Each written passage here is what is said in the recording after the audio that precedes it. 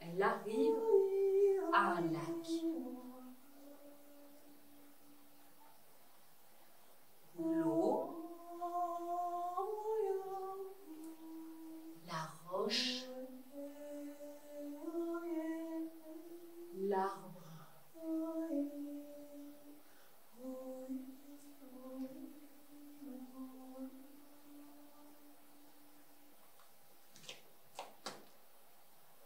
En face de la reine, il y avait une biche blanche. Guenièvre voyait ses flancs se soulever au rythme de sa respiration. Sa grande chienne blanche était assise, étonnamment calme à ses côtés. Le pelage de la biche scintillait au soleil. Guenièvre pouvait voir ses yeux noirs d'obsidienne. Elle sentait son odeur de menthe, d'hélicryse. Elle était tellement proche qu'elle aurait pu la toucher du bout des doigts. Mais à ce moment-là, les cloches du château se sont mises à sonner. Doing, doing, doing. Il n'y avait plus de biche. Guenièvre est rentrée au château. Morgane avait fait passer une porte à Guenièvre pour qu'elle entre dans le monde des fées, mais Guenièvre n'avait rien vu.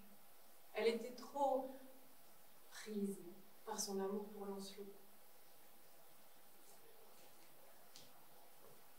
Morgane est retournée sur l'île des fées.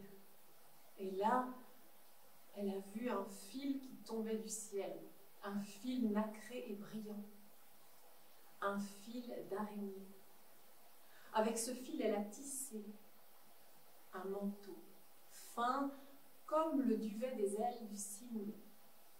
Un manteau tout blanc, long, avec un col montant et des manches larges, un manteau pour la reine.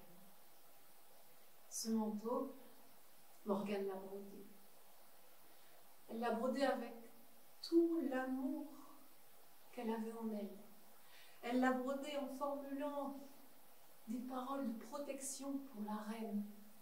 Elle a brodé au même rythme que le cœur de Guenièvre. Elle a brodé le soleil, la lune, les étoiles qui brillaient. Elle a brodé l'eau qui frémissait, la roche solide, l'arbre. Les feuilles touchent le ciel et les racines, les entrailles de la terre, l'arbre de vie. Avec ce manteau, la reine pourrait sans crainte ouvrir les bras, pour tout couvrir de son amour, comme une mère cygne qui étale ses grandes ailes blanches.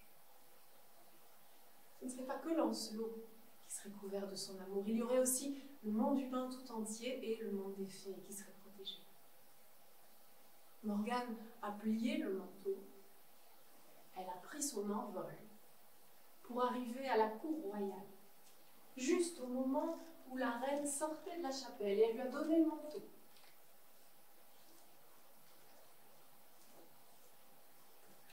Guenièvre observe Morgane, ses yeux noirs comme la pierre d'obsidienne.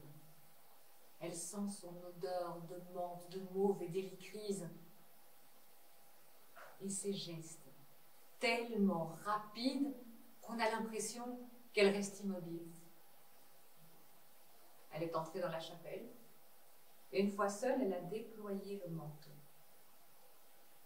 Elle a regardé les broderies, plus brillantes que l'encre des plus belles enluminures des manuscrits sacrés.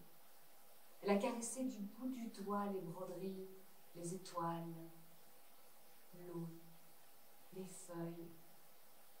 Elle avait l'impression que le tissu était animé d'une vie propre, comme si l'énergie de l'eau, de la terre, du feu, du ciel n'avait qu'une seule envie, s'enrouler comme un champ de force autour de son épiderme.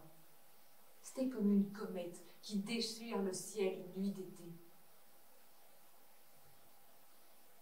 Elle a déposé le manteau sur l'autel de la Vierge rayonnante. Et là, Sous la lueur des bougies, elle avait l'impression que le manteau était à sa juste place. Ô Vierge Marie, priez pour nous pauvres mortels. Morgane avait bien senti que Guenièvre n'avait pas mis le manteau sur ses épaules. Morgane n'arrivait pas à faire voir à Guenièvre le monde des fées.